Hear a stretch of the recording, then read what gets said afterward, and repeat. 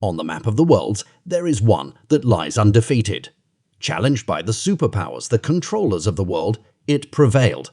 It fought a war so long that other wars get foreshadowed. This is Afghanistan.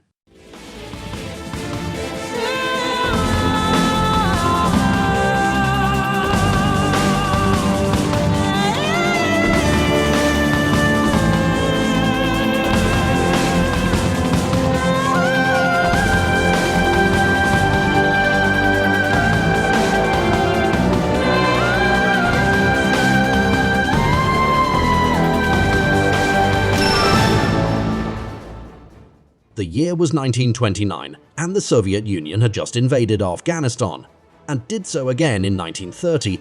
These invasions weren't to take over Afghanistan, but to defeat their enemies.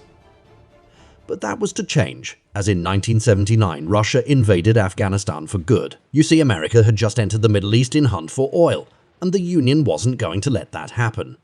The Soviet Union, after supposedly taking over the country, suffered with extreme backlash. The factions which were located within Afghanistan started to retaliate, making it hell for the Soviets. These factions were in return funded by, you guessed it, America. After many takeovers, overthrows and deaths, the Union was forced to head back into home. This was but one victory in the eyes of Afghanistan.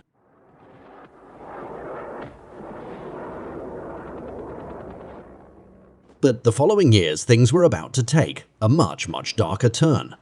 2001 September 11, one of the most horrific terrorist attacks took place. At precisely 8:46 a.m. in the city that never sleeps, a Boeing 767 came crashing into the northern side of the World Trade Center. This crash left people thinking most afraid. They didn't know what to think of it until at 9:03 a.m. the Boeing 767 came crashing into the western facade of the World Trade Center, and that was when the public realized this was a terrorist attack. America's president was at the moment in a preschool and was told there what had happened.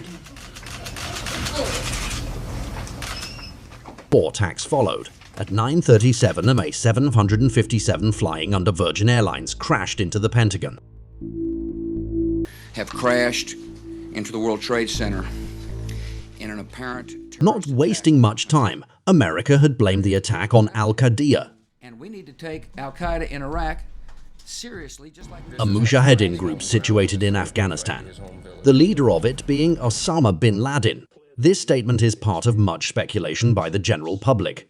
Some say that the attack was planned out and executed by America. Some say that Al-Qaeda had nothing to do with the attack. What truly happened? We will probably never know. People in the world today for this and other acts of aggression and injustice. Later that same year, on October the 7th, America raided Afghanistan. The operation was code-named Operation Enduring Freedom. America thought it to be an easy victory at the least, but what happened may forever be written in the history books. America couldn't locate Osama at first and waged war in the area for another 10 years. Until they found him in Pakistan, where he was shot and killed by the US Armed Forces. The Taliban went into hiding in different areas of Afghanistan and launched guerrilla attacks at the US forces. Before Osama was found back in 2006, America had handed the security of the country to NATO, with NATO's 20,000 soldiers and US's 12,000 out of 20. NATO and the US worked together to hunt down Taliban, whilst the rest of the forces actively looked for the rest of the Al-Qaeda forces. Following this, the Canadian leadership assumed control and almost imminently began an offensive attack against the Taliban.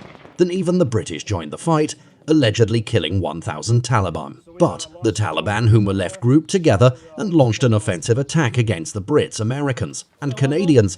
This war continued until 2021, when the Western forces were forced to retreat, earning the Taliban full control over Afghanistan. Their actions might be up for debate, but one thing is certain, they don't give up. They fought against the Russians, they fought against the Brits. Hell, they fought old Alexander, talking about it ever since. And after 9/11, here comes your Uncle Sam. Another painful lesson for Afghanistan.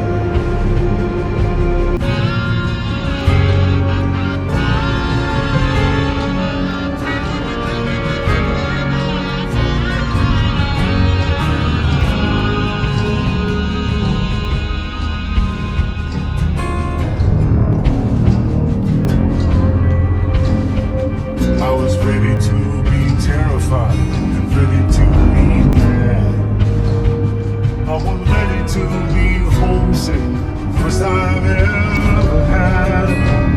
I expected to be hated and insulted